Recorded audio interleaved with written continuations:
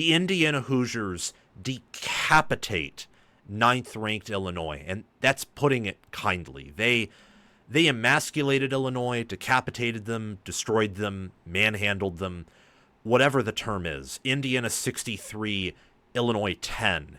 And the final score, one could argue, and I would argue, does not really even reflect how dominant of a performance this was. Kurt Signetti was casually saying in the post-game press conference, "Oh, we broke them. We leaned on them. We broke them." Before we resume this segment, some great and free ways to support this channel are liking the video, watching it all the way through, commenting your thoughts down below. I'd love to hear your analysis, sharing the video, subscribing to the channel, and also hitting the notification bell. That way you can get notified when we go live or release new content. And don't just hit the notification bell for the channel. That's very helpful.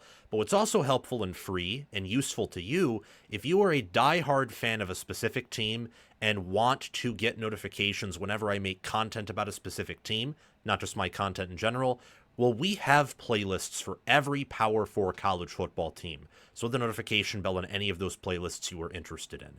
If you want to support the channel financially, there are ways to do so in the description, and you can sign up as a paid member. And there was another quote where, I'm going to even pull it up on my phone here. There's another quote he had in the post-game press conference where I think he just casually said, "I thought our defensive line could whip their offensive line," and they did. And I imagine he just said it in the most casual, nonchalant, unfazed, very serious way. I thought that our defensive line could whip their offensive line, and they did, as if it's just another day. And that's the difference between a team and a program like Indiana and a team and a program like Illinois. That is the major difference right there.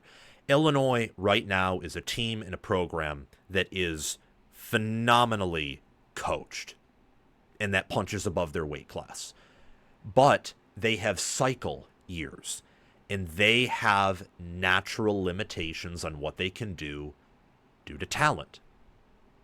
That's what Illinois is.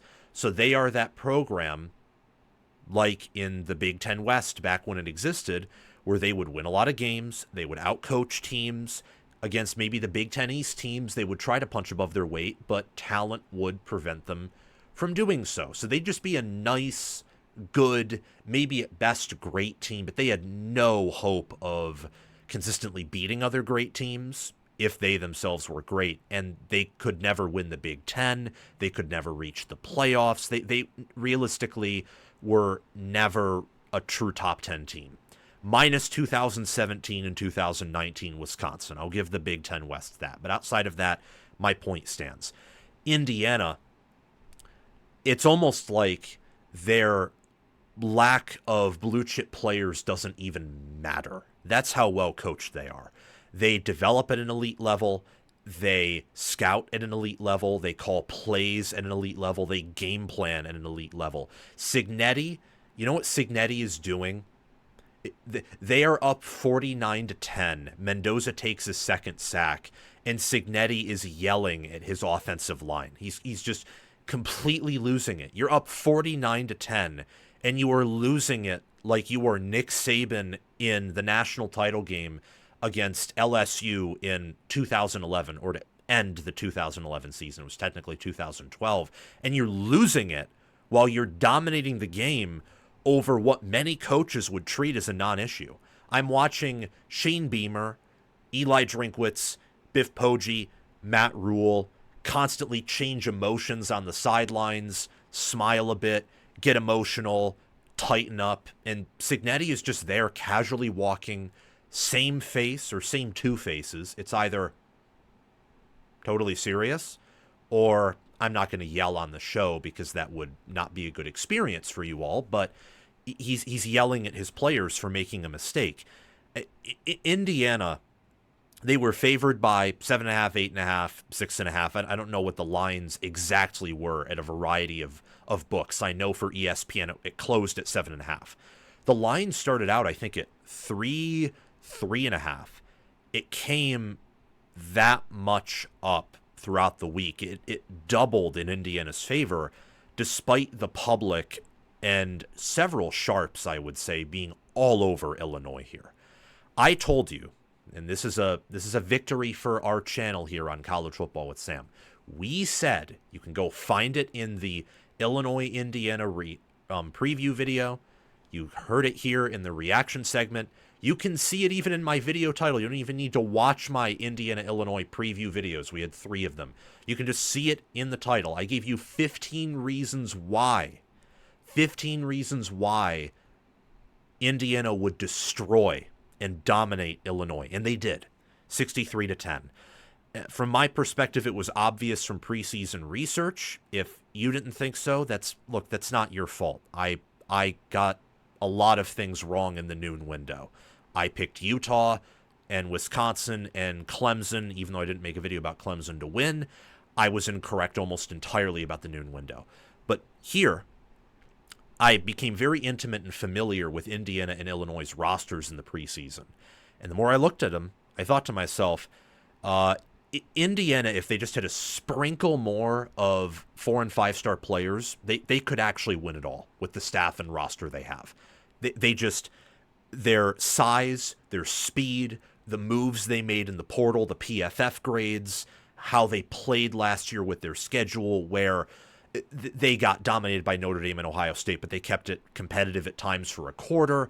They physically matched with them. It was more so the athleticism, and I would argue the fact they were in year 1 and Ohio State was in year 6, Notre Dame was in year 3, that really bit Indiana more than the Hoosiers not having the physicality to match both of those teams.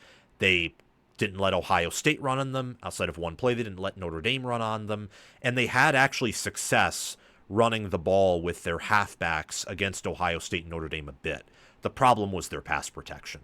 So the fact they could physically punch with those guys at times, and it was more so athletes and things that Indiana couldn't really control that caused them to lose, made me think, on top of their blowouts against most regular season opponents, that nothing about Indiana last year was flukish at all. It wasn't like MSU in 21. It wasn't like TCU in 22. I would argue it was less flukish than what Notre Dame did last year, where you own people left, right, center, up the middle, on the perimeter. You own them in pass protection, and you do it with a roster that recruiting services and 24/7 Sports will tell you was the 18th best in the Big Ten. And that matters. That's why Indiana right now is not top 5 in odds to win it all. They would be if they had a 50% blue chip ratio or higher, by the way. It matters. But you have to take it with a grain of salt, I think, especially in the regular season. And then come playoff time, that's when that stuff matters. You saw that last year with Indiana, too. I don't think you will see that to this year to the same degree, because I can attest to having this opinion in the preseason as well, and I think last night confirmed it. Indiana's better than they were last year. A huge part of it is Mendoza's legs and the fact that he doesn't have 2 half-torn ACLs like Curtis Rourke did. It's the fact that Indiana, for the 4th straight game, I believe, has ran for over 300 yards. So check this out. We take sacks out of rushing yards here in college football with Sam because that can sometimes be deceiving. Illinois ran for 49 yards for 3.8 yards per carry, not sack adjusted. Indiana had 326 rushing yards for 6.9 yards per carry, non-sack adjusted. You know what the numbers are if you don't adjust for sacks? Illinois had 2 rushing yards and was at negative rushing yards for probably half of the game. Indiana had 312 and 3 touchdowns. Illinois' sole touchdown came on a busted play, a fluke play. The final score of this game arguably could have been 63-3. It was that bad. So a huge personal victory for myself and the channel, but more importantly for Illinois. They came out, or for Indiana rather, they came out and they showed that they are a top 10 team. They owned the clock, 39 minutes and 42 seconds of possession. They were 8 of 11 on 3rd down, 1 of 1 on 4th down.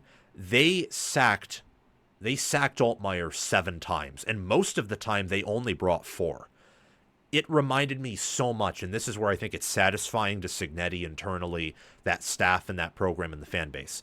They did to Illinois what Ohio State did to them last year, where Indiana in the horseshoe, and Mike Kadick can attest to this, it was loud, the offensive line was out of sorts. Rourke took the snap, starting in the second quarter, moving on. 1 second, 2 second, 1 Mississippi, 2 Mississippi, dead. Sacked. And Jack Sawyer, Cody Simon, or Tui Mo'olau was there, and you were dead. It was the same thing here. 1, 2, Altmaier having the ball for 2 seconds, and Isaiah Jones, Aiden Fisher, Tyreek Tucker, Stephen Daly, Michael Kamara are there. Dead. With mostly only 4. Of course, they brought blitzes at times, but the most notable sacks, and most of them I saw, came from just sending 4, and at times simulating pressure. They have an elite defensive line, or at least a near elite one, and their offensive line's upgraded as well. This is just the 100% success rate, the screen pass to Riley Nowakowski on 1st and 15, the RPO, and Mendoza having a 91% completion percentage and a passer rating of 260 and a QBR in the 90s. Illinois calling a timeout on 4th and 1 early in the game when Indiana looks like they're going to punt, and then Signetti rolls back his special teams and brings in his offense to go for it on 4th and 1, and Illinois at that point had their starting defense in, and it didn't matter. Indiana got the 2 yards necessary. That play right there and several other play calls were what the media told you Marcus Freeman's moment against Georgia was, when that really wasn't all that ingenious. Notre Dame had a false start that was missed there. This coaching job by Indiana last year and this year is absolute genius. Total genius. I don't think there is much debate surrounding that. Just an incredible performance from Indiana and Signetti. And my key takeaway for Indiana here is that they are a top 10 team, not just in rankings, but they should be top 10 power rated, not just top 10 ranked. This is a team who would only be an underdog neutral field to 10 other teams in America at the very most, maybe even less than that.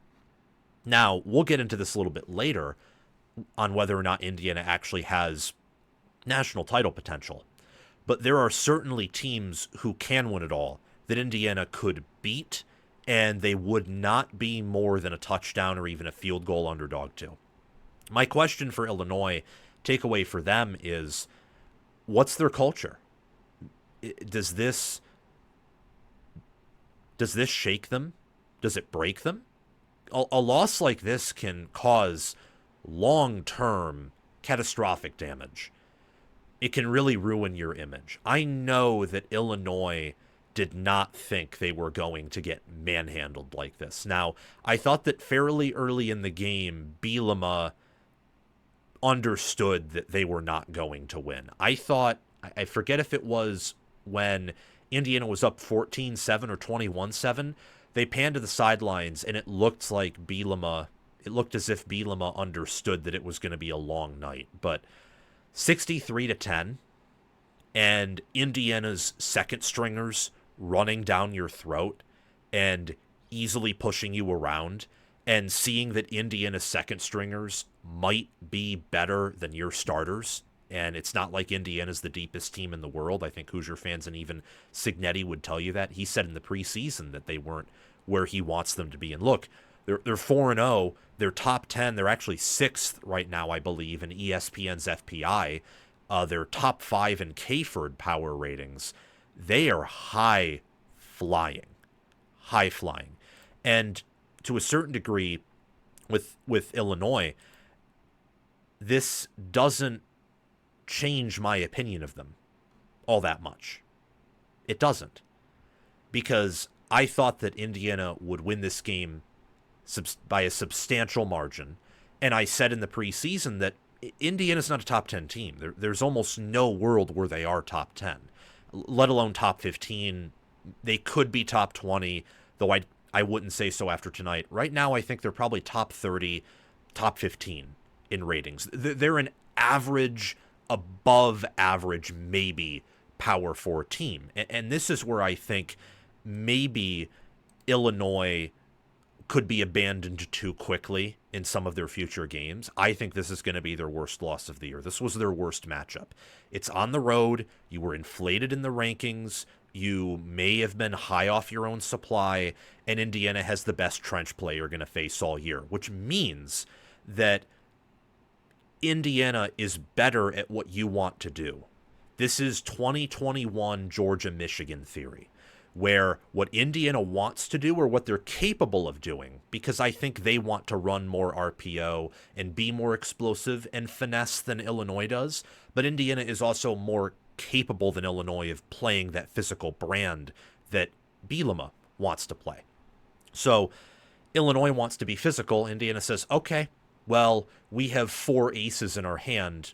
You can't beat us.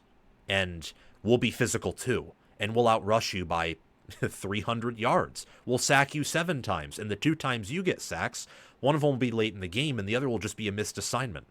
You want to be finesse? The one time you score, our NFL cornerback D'Angelo Ponzo had a blocked punt for a touchdown and will be a day 2, day 1 NFL draft pick, makes 1 mistake. Congratulations, you get 7 points. We score 63. And for the remainder of the game, after you match a 7-7, you only get 3. So with Illinois, I would not sell them too quickly. If you had them top 10, I would sell as much as you can and then wait to see what they do against USC. For me and others who thought they were overrated and were correct on that, I am not selling anything because I didn't have much stock in them. If anything, I might buy some. We'll see. We'll see after I review USC a bit and Illinois some more. But I think that Illinois matches up much better with USC and is in a much better situation against USC than they are against Indiana. For context, I think Indiana would beat USC by multiple touchdowns as well. Indiana's a top 4 team in the Big Ten. They're a top 10 team for sure nationally. And when you average a 0.39 EPA per play, have a success rate of 51% versus a defense that, even with injuries, is good. Illinois' defense, I think, is stronger than their offense, and the Duke game showed that. When I look at this matchup and, again, 51% success rate, Indiana's averaging 8.1 yards per play. That's in the 94th percentile of all FBS teams. They're averaging 0.77 expected points added per dropback, 97th percentile. They're averaging 10.7 yards per dropback, and game on paper counts sacks against pass attempts. If you use ESPN's numbers, Mendoza averaged 11.6 yards per attempt with a 93.6 QBR. He completed 91.3% of his throws and had a 260.6 rating. He had a Heisman-level game. Every time he pulled the ball out of the RPO and ripped it, perfect. In this game, if you believed, as I did in the preseason, I was skeptical about it after 3 games. I might come back to this opinion. I want to see what he does against Iowa a little bit. In this instance, in this game, Mendoza did something Rourke could not do. Rourke was never that accurate, never that talented, never that elite last year. And he was a dog. He was phenomenal for Indiana. But in this instance, in this game, you saw that Mendoza has a much higher ceiling than Rourke. And if he plays like this, he'll have a higher floor as well. Indiana, 11% of their plays were explosive plays, 79th percentile. And they had a 24% havoc rate. You know what a 24% havoc rate means? That means on every 1 of 4 of Illinois' plays, Indiana had a pick, a forced fumble, a pass defended, a negative play, tackle for loss or sack, or a pass deflected. That's crazy. This Indiana defense hasn't skipped a beat from where it was last year, and I would argue the offense is better. Last thing I want to talk about, I said in my top 2 reasons for, and the 15 reasons why Indiana would crush Illinois video, that Indiana's staff was far superior to Illinois'. Same with their roster. I'm going to be careful with how I say this because it is one game. I don't want to overreact. There is a world where they have the nation's best staff. I think especially if they compete with Oregon and Penn State, that opinion will be vindicated and confirmed. Just with the cards they're dealt, with the talent they have. Say Indiana goes 11-1, or Andy Staples' prediction for the playoff comes true, and Indiana gets a first-round bye, which means they will win 12 games. They'll go undefeated in the regular season if they get that first-round bye. You know what that means? At least that's what I think. Maybe I could be wrong. At least they'd have to go 11-1. Then they would probably have the nation's best staff. Signetti right now is coaching like Nick Saban, losing it on the little things, and that's good because the little things matter. You want to have perfect execution. You want to live up to that standard. And just acting like it's business as usual when things are going near perfectly and you're beating a program that over the past 10 years has been superior to you by 53 points, casually. Last question that I have for all of you. Does Indiana have top 5 potential? I want you to answer that in the comment section below. I think they do. I'm not going to say they have national title potential. I need to see how they play Oregon. I need to see how they play Oregon and Penn State before I say whether or not they have national title potential. I'd lean in the negative right now just because of the history of the blue chip ratio and watching what Indiana did last year. And to be fair, Illinois this year is better than Nebraska last year. They're probably about the same caliber as Michigan last year, but they don't have Michigan's talent or Ohio State or Notre Dame's. So Indiana, unless they play a roster with 50% or more blue chip players, they will roster you and they will destroy you. And we saw that last year. So before I say Indiana can win it all, I need to see them play Oregon or Penn State. But I think this team is better than it was last year, and I think they will do a better job of competing with the big teams this year than last year. They will, I think, play Oregon and maybe even Penn State, even though I don't like that Penn State matchup, more competitively than they did Ohio State and Notre Dame. Congratulations to Curt Signetti in Indiana. You're a top 5 staff with a top 5 head coach. You are a top 10 team who also might be top 5. As for Illinois, don't sell any stock on them. And I would say buy stock in Indiana before it's too late. I know a lot of people are buying into them, but there will be some people who still think what they're doing is flukish. There is nothing flukish about what Indiana is right now under Curt Signetti. Thank you so much for watching this segment on College Football with Sam. Before we close out here, make sure to like the video, subscribe to the channel, share this video around, comment your thoughts and analysis down below so I can read them and reply to them if I have the time. Members get priority replies, but I try to reply to everyone. And also hit the notification bell for the channel and also for any team playlists you are interested in. If you want to support the channel financially, you can always super chat me in the comment section, but I prefer that you sign up as a paid member of the Patreon page or as a YouTube member, or that you can purchase some wonderful merchandise to represent us. I'll see you all soon and have a fantastic day.